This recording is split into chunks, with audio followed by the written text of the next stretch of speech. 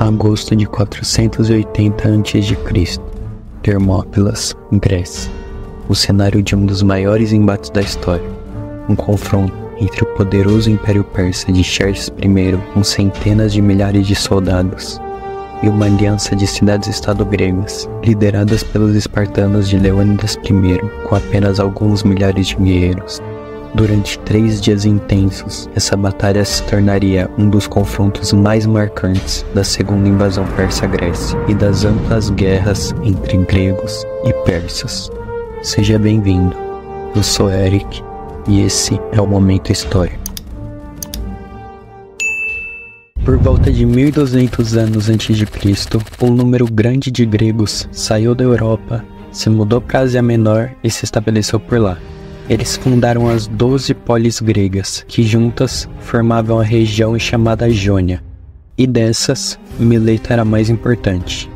Essas cidades permaneceram independentes até serem conquistadas pelos lídios por volta de 560 a.C. Enquanto isso, ali do lado, na Pérsia, o príncipe persa Ciro liderou uma rebelião contra o último rei do Império Medo, Astíages, em 553 a.C.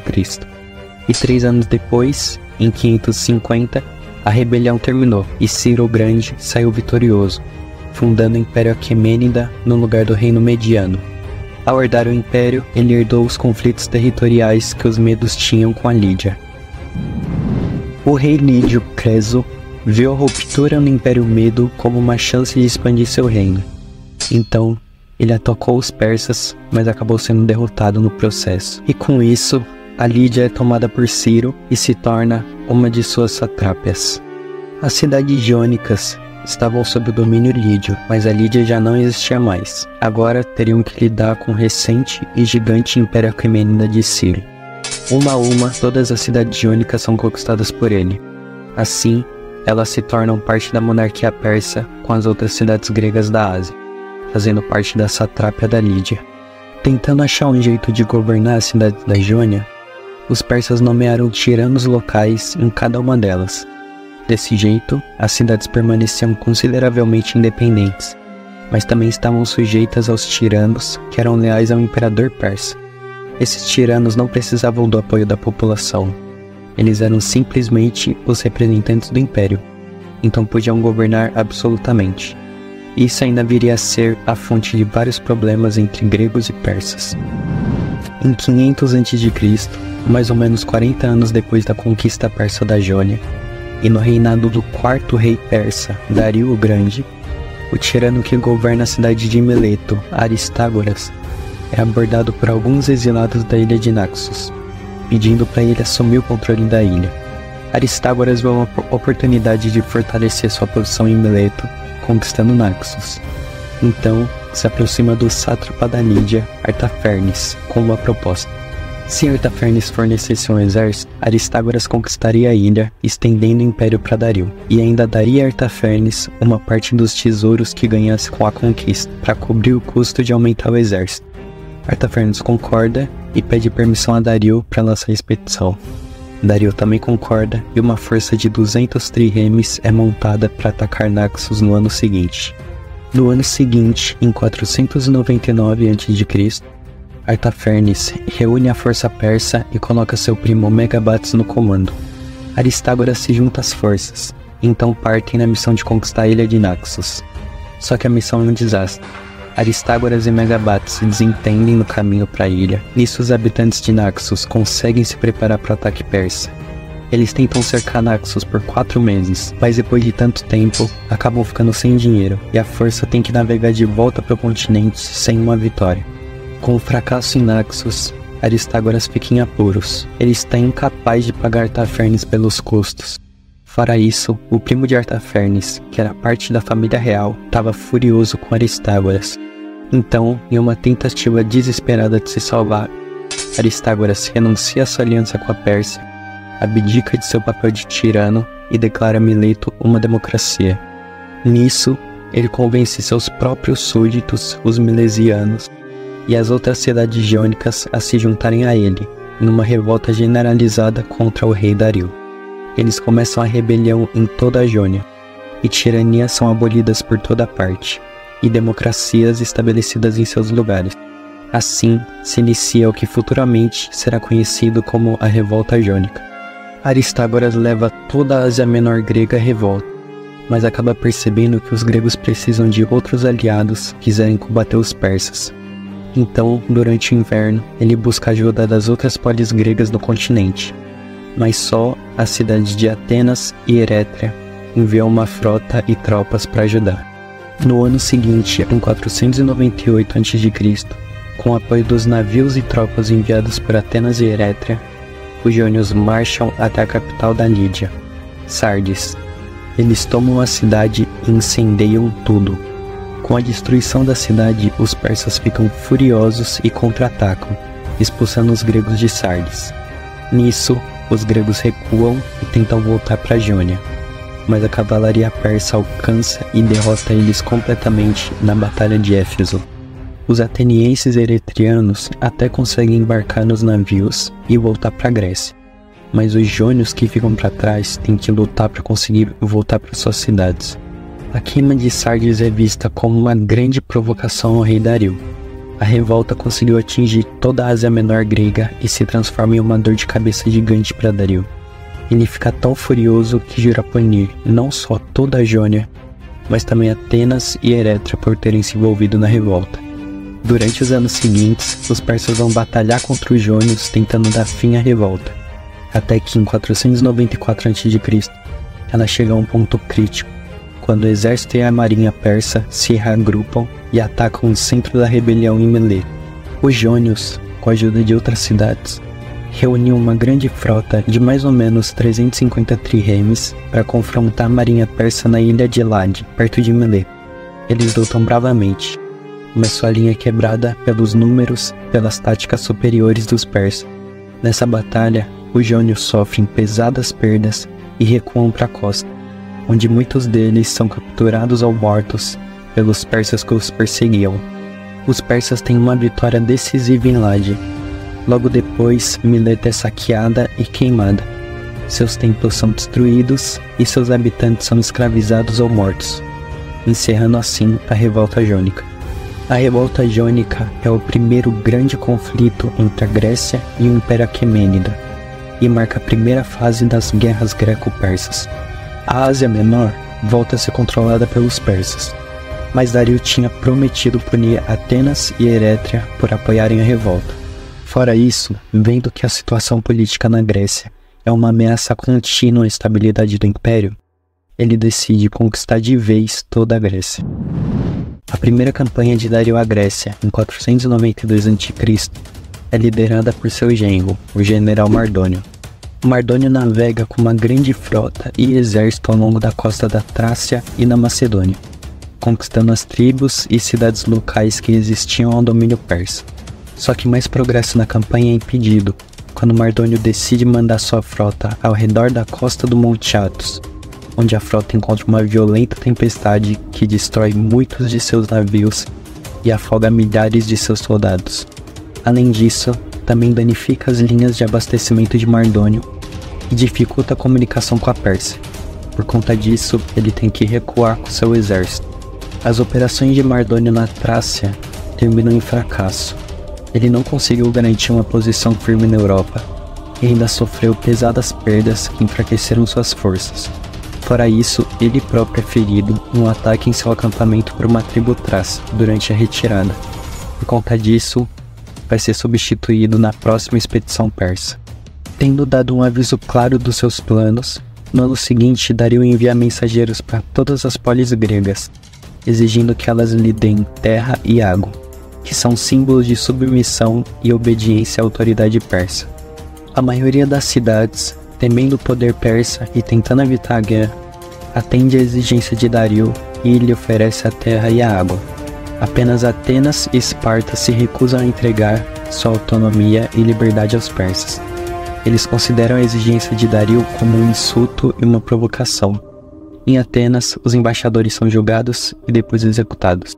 Em Esparta, eles são jogados em um poço.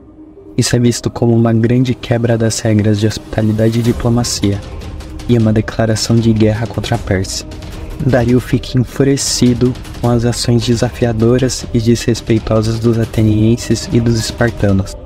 Com Atenas e Esparta agora efetivamente em guerra contra ele, Dario começa a preparar uma invasão em grande escala para o ano seguinte. Então, em 490 a.C., Dario lança uma expedição marítima liderada por Datis e Artafernes pelo mar Egeu para punir Atenas e Erétria por seu envolvimento na revolta jônica. A expedição ataca Naxos para punir os naxianos por sua resistência à expedição fracassada que os persas tinham montado uma década antes com Aristágoras. Os persas então queimam a cidade e os templos dos naxianos, e logo depois recebem a submissão das outras ilhas das Cíclades. A expedição navega para Eubeia e para o primeiro grande alvo, Erétria. Os eretrianos não fazem nenhuma tentativa de impedir os persas de desembarcar ou avançar, e assim se deixam sitiar. Durante 6 dias, os persas atacam as muralhas, com perdas de ambos os lados. No entanto, no 7º dia, 2 respeitáveis eretrianos abrem os portões e traem a cidade, que é arrasada. Templos e santuários são saqueados e queimados. Além disso, de acordo com as ordens de Dario, os persas escravizam todos os habitantes restantes da cidade. Logo após, a frota persa segue para o sul pela costa da Ática, desembarcando na Baía de Maratona, a cerca de 40 quilômetros de Atenas. Os atenienses, que são em menor número e não têm cavalaria e arqueiros, decidem marchar e enfrentar os persas, em vez de esperar que eles ataquem Atenas. Com a orientação de Miltíades, o general com a maior experiência na luta contra os persas, o exército ateniense marcha para bloquear as 2 saídas da planície de Maratona. E na Batalha de Maratona, os atenienses obtêm uma vitória grandiosa. A batalha dura várias horas, com ferozes combates corpo a corpo. Os gregos esmagam os soldados persas. Os remanescentes do exército persa fogem para os seus navios, perseguidos pelos atenienses, e deixam a batalha. 6.400 corpos persas são contados no campo de batalha. Os atenienses perderam apenas 192 homens. Assim que os sobreviventes persas entram no mar, os atenienses marcham o mais rápido possível para Atenas e chegam a tempo de impedir Artafernes de garantir um desembarque em Atenas. Vendo sua oportunidade perdida, Artafernes encerra a campanha do ano e retorna para a Ásia. Com a humilhação da Batalha de Maratona, Dario começa a levantar um novo e gigantesco exército para conquistar completamente a Grécia. Dario passa 3 anos preparando homens e navios para a guerra. Porém, por conta de ressentimentos dos pesados impostos e da interferência dos governadores persas em sua religião e cultura, em 486, a província egípcia persa se revolta e a revolta força um adiamento indefinido de qualquer expedição de Dario à Grécia. Enquanto ele se prepara para marchar sobre o Egito, a saúde debilitada de Dario é agravada, impedindo a possibilidade de ele liderar outro exército. E enfim, em outubro de 486 a.C., aos 64 anos de idade, Dario morre enquanto se preparava para marchar sobre o Egito e preparava um segundo exército para invadir o continente grego, deixando para o seu filho, Xerxes I, o trono da Pérsia e a tarefa de punir os gregos por sua interferência na revolta jônica, a queima de Sardes e sua vitória em Maratona. Em janeiro de 484 a.C., Xerxes consegue acabar com a revolta egípcia e muito rapidamente reinicia os preparativos para a invasão da Grécia. Mas acabar com a revolta no Egito desgastou o exército que Dario tinha reunido nos 3 anos anteriores. Por isso, Xerxes teve que reunir outro exército para invadir a Grécia, o que levou mais 4 anos. Xerxes toma a decisão de que o Helesponto deve ser ponteado para permitir que seu exército atravesse o estreito, e que um canal seja cavado através do istmo do Ponte Athos. Mas a campanha teve que ser adiada por 1 ano por conta de outra revolta no Egito e na Babilônia. A partir de 483 a.C., Xerxes começa definitivamente os preparativos para a expedição.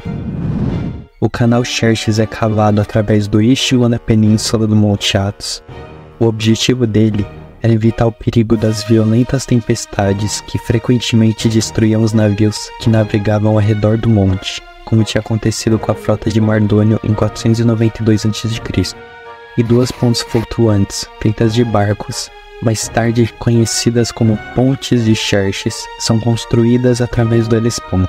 Soldados de todas as partes do Império de Xerxes, que era formado por muitas etnias, vão servir em seu exército.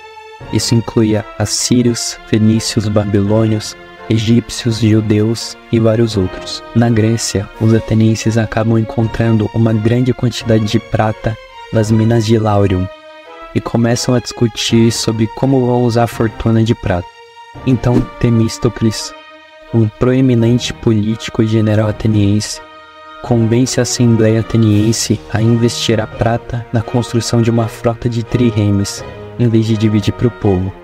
Sabendo dos preparativos persas para a invasão que se aproximava, os atenienses votam para construir mais navios do que Temístocles tinha pedido. Assim, durante os preparativos para a invasão persa, Temístocles se torna o principal político em Atenas. Em 481 a.C., Xerxes envia embaixadores por toda a Grécia pedindo terra e água. No entanto, ele evita Atenas e Esparta de propósito. Por conta disso, os estados que são contra a Pérsia começam a se unir em torno dessas duas polis. No segundo semestre do ano, Xerxes começa a reunir as tropas em Sardes para marchar para a Grécia. Ele reúne um exército gigantesco para a época, cerca de 200 mil soldados e uma frota de cerca de 1.200 triremes. Ele reúne um exército tão massivo por terra e por mar para ter certeza que a expedição seria bem sucedida. O exército persa, basicamente, é formado por homens de várias nações do Império, mas todos eles têm um estilo de luta e um tipo de armadura bastante parecidos. Em geral, as tropas estão armadas com um arco, uma lança curta, espada ou machado, carregam um escudo de vime e usam no máximo um gibão de couro, embora indivíduos de alto status usam armaduras de metal de alta qualidade. Os principais da infantaria são os guardas reais, os imortais, embora também sejam armados da mesma maneira.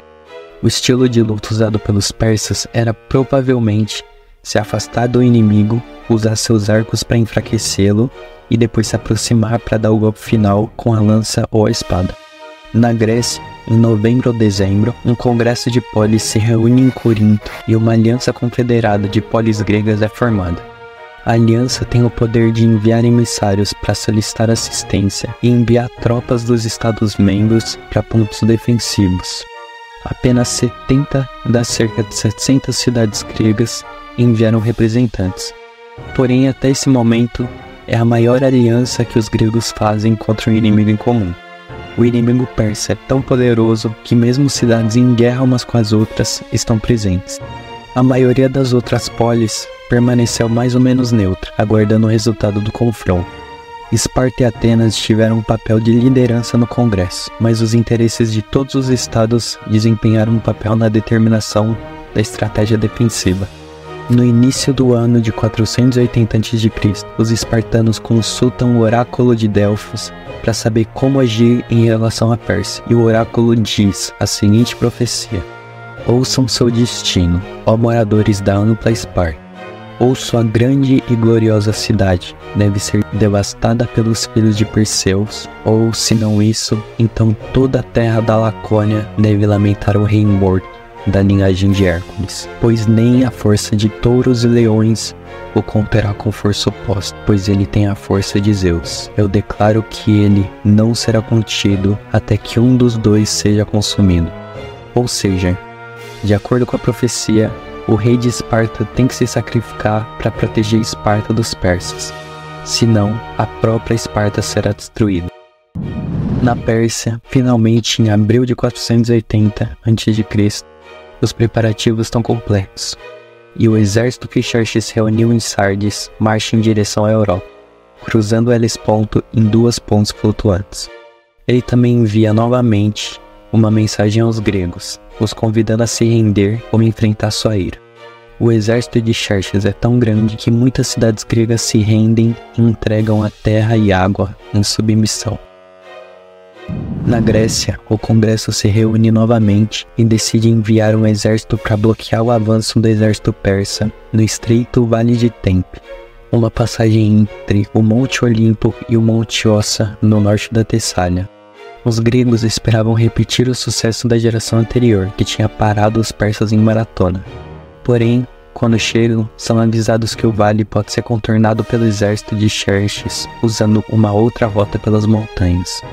Os gregos também são informados por Alexandre I da Macedônia, que era um vassalo de Xerxes, mas era secretamente simpático à causa grega, que o exército persa era imenso e que eles devem recuar para um local mais defensável.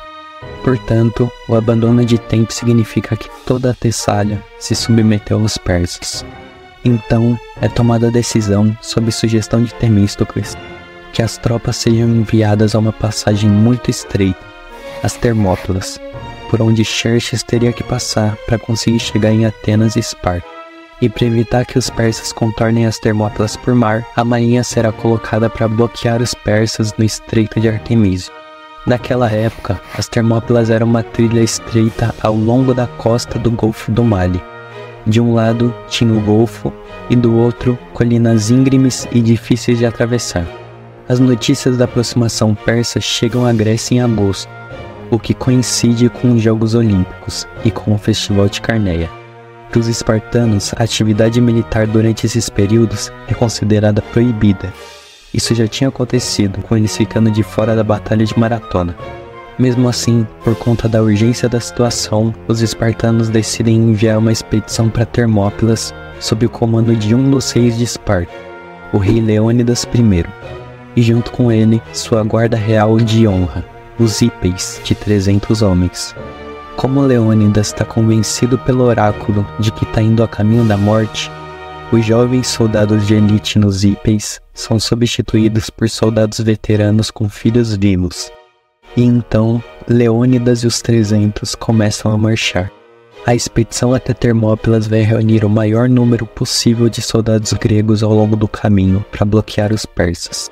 Até que, quando chegam às Termópilas, estão com mais de 7.000 soldados.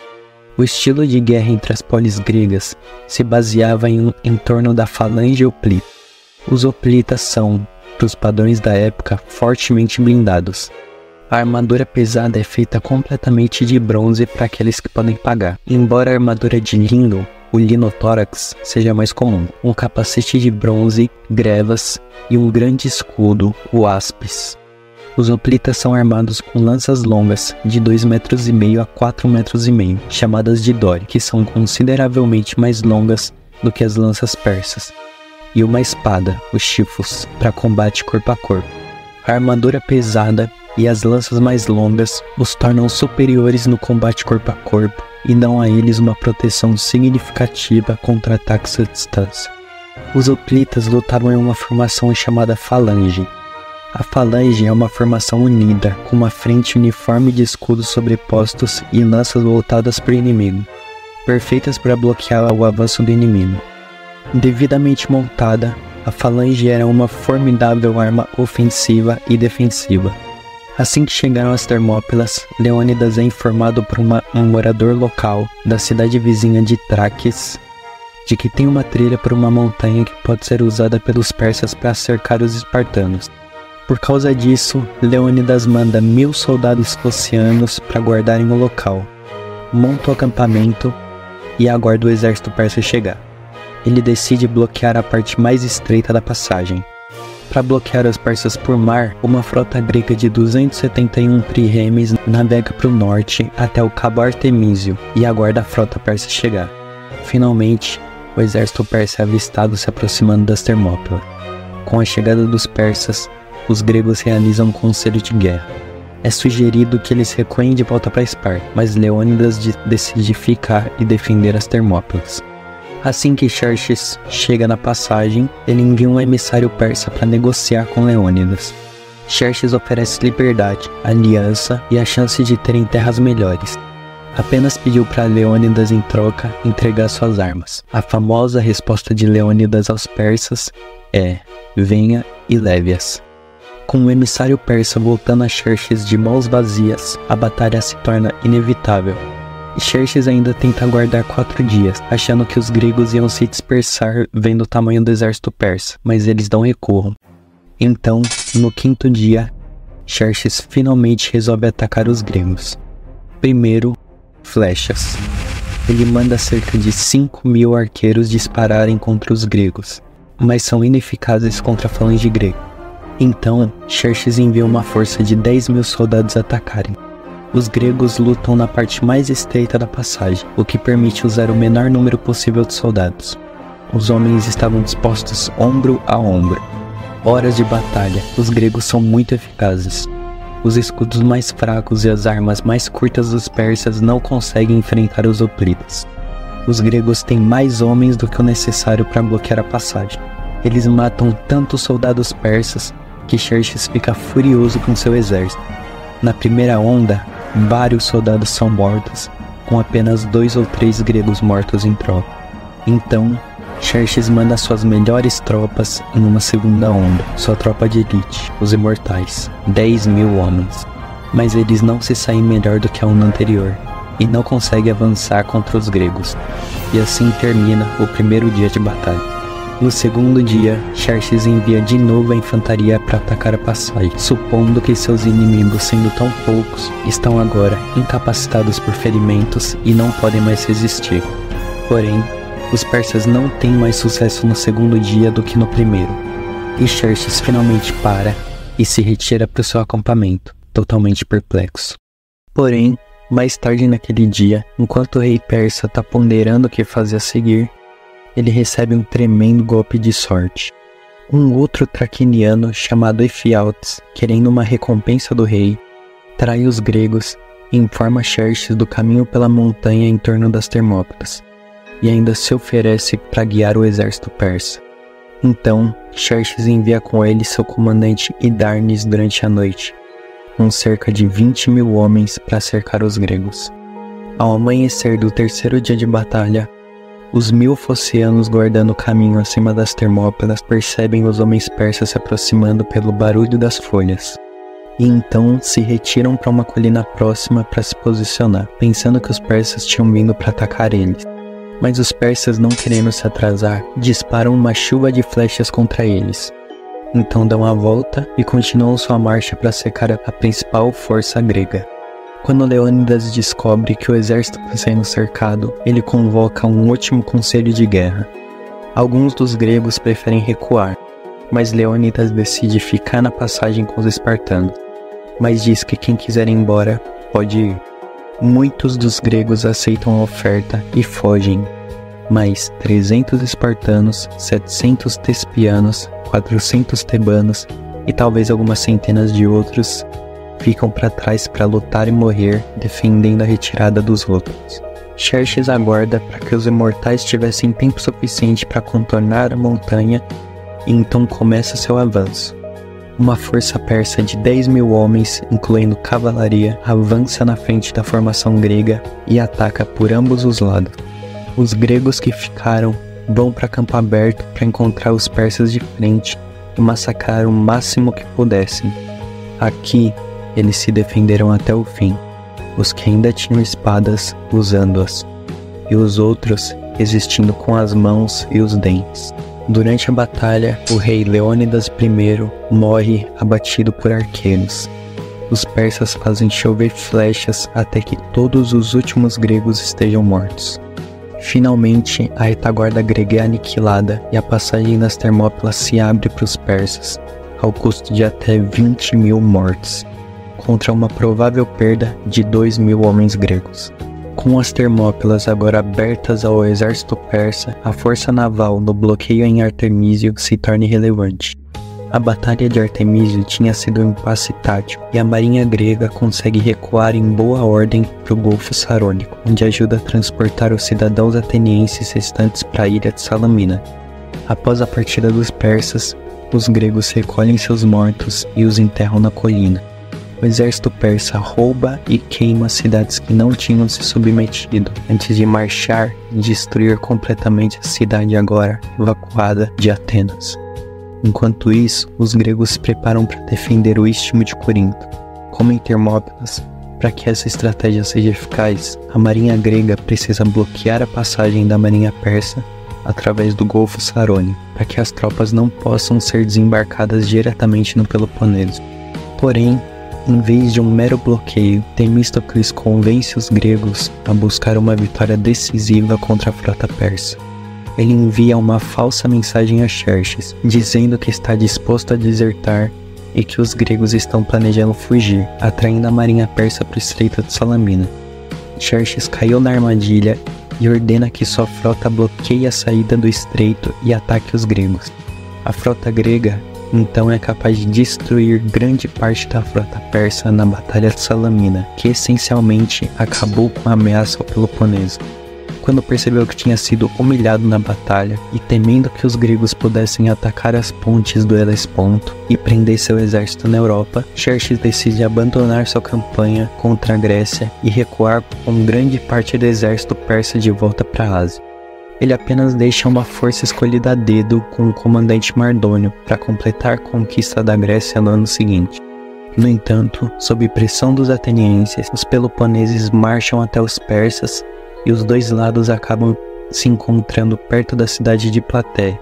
Na Batalha de Platéia, o exército grego obtém uma vitória decisiva, destruindo grande parte do exército persa e encerrando a invasão da Grécia. No mesmo dia, na Batalha Naval de Mycale, eles também destroem grande parte da frota persa restante, reduzindo a ameaça de novas invasões.